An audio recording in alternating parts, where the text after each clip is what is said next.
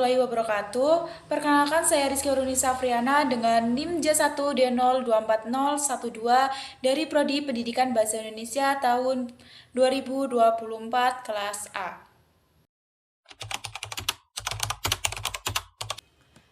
Implementasi nilai-nilai Pancasila dalam kehidupan sehari-hari merupakan hal yang penting dan berguna bagi manusia agar tidak mengakibatkan perpecahan yang merugikan setiap orang atau bahkan negara. Nilai Pancasila merupakan nilai intrinsik yang kebenarannya dapat dibuktikan secara objektif, serta mengandung kebenaran yang bersifat universal atau mutlak. Adapun implementasi nilai-nilai Pancasila dalam kehidupan sehari-hari, yang pertama yaitu sila ketuhanan yang Maha Esa. Nilai ketuhanan mempunyai makna yaitu menganut dan menjalankan ibadah sesuai ajaran dan tidak berdiskriminatif antar umat beragama. Contoh implementasi sila pertama yaitu menghormati setiap perbedaan, membina kerukunan antar umat beragama walaupun berbeda keyakinan, menumbuhkan sikap toleransi antar umat beragama. Sila yang kedua yaitu kemanusiaan yang adil dan beradab, mengandung nilai penghormatan kepada orang lain walaupun memiliki perbedaan yang beragam. Contoh implementasi nilai Pancasila yang kedua yaitu menghargai perbedaan yang ada, membantu orang lain yang membutuhkan bantuan atau pertolongan, selalu bersikap adil terhadap setiap orang tanpa membeda-bedakannya. Sila yang ketiga yaitu persatuan Indonesia, menempatkan persatuan, kesatuan, serta kepentingan bangsa dan negara di atas kepentingan pribadi dan golongan. Implementasi sila ketiga Pancasila yaitu mengikuti kegiatan pramuka atau paskibra untuk menumbuhkan rasa nasionalisme, memakai dan mendukung produk-produk dalam negeri, serta menghargai dan menghormati sesama. Yang keempat yaitu kerakyatan yang dipimpin oleh hikmat kebijaksanaan dalam permusyawaratan perwakilan, mengandung nilai demokrasi, musyawarah untuk mencapai mufakat. Contoh implementasi sila keempat yaitu tidak memaksakan kehendak, mengambil keputusan secara musyawarah, bersikap jujur antar adanya pemilu. Yang kelima yaitu keadilan sosial bagi seluruh rakyat Indonesia. Indonesia memiliki hak dan kewajiban yang sama di mata hukum. Contoh implementasi Pancasila sila kelima yaitu menjaga hak dan kewajiban orang lain, menghargai pendapat dan bekerja sama untuk mencapai tujuan. Nilai-nilai Pancasila yang sudah saya terapkan di dunia akademik yang pertama, sila ketuhanan yang Maha Esa, dengan bertoleransi kepada sesama agama dan tidak memaksakan kehendak untuk beribadah sesuai dengan agamanya masing-masing. Yang kedua yaitu kemanusiaan yang adil dan beradab, berteman tanpa memilih-memilih dan tidak membedakan antara suku, ras, budaya, dan agama.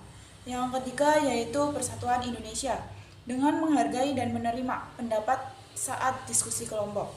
Yang keempat yaitu kerakyatan yang dipimpin oleh hikmat kebijaksanaan dalam permusyawaratan perwakilan, yaitu dengan mampu bekerja sama dengan anggota kelompok. Yang kelima yaitu keadilan sosial bagi seluruh rakyat Indonesia, yaitu dengan cara menghargai karya-karya teman.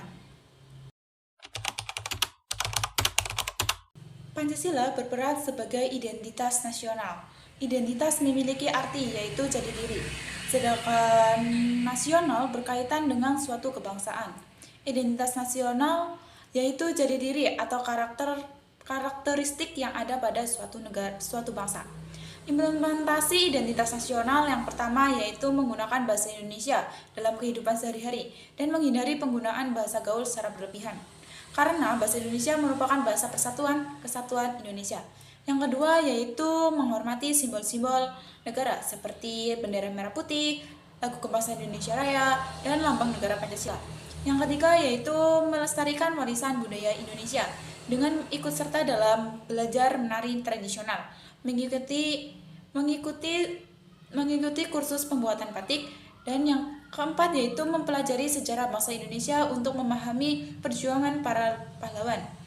Yang kelima yaitu mematuhi peraturan perundang-undangan yang berlaku dengan cara membayar pajak dan berpartisipasi dalam pemilu.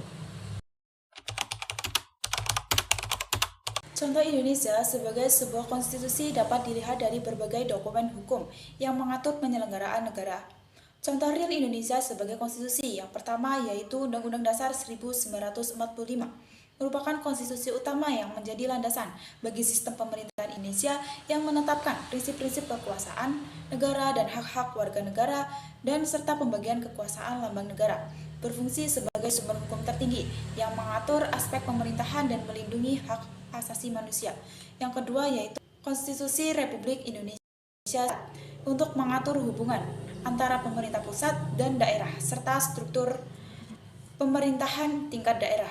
Yang ketiga yaitu Undang-Undang Dasar Sementara tahun 1950 yang mengatur sistem pemerintahan parlementer pada periode 1950 sampai 1959 termasuk pembentukan kabinet dan peran presiden untuk mengatur hak-hak warga serta peran lembaga negara. Yang keempat yaitu Peraturan Pemerintah Pengganti Undang-Undang atau Perpu, instrumen konstitusional oleh Presiden dalam keadaan darurat atau mendesak dan kemudian disetujui oleh DPR. Yang sudah saya lakukan, hak dan kewajiban sebagai mahasiswa dalam dunia akademik.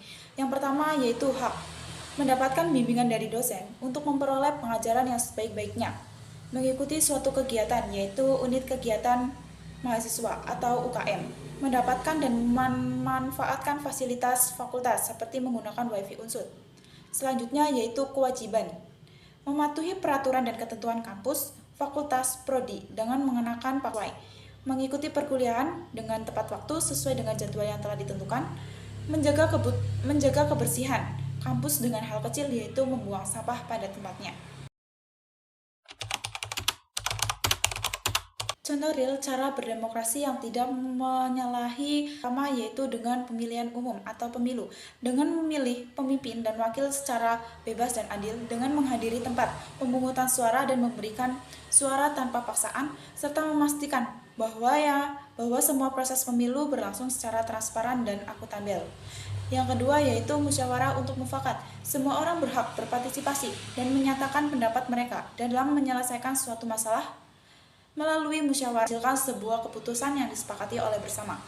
Yang ketiga yaitu berpartisipasi dalam diskusi dengan mengikuti atau menghadiri suatu forum atau seminar yang diselenggarakan oleh pemerintah ataupun non-pemerintah untuk memberikan masukan mengenai kebijakan yang telah ditetapkan.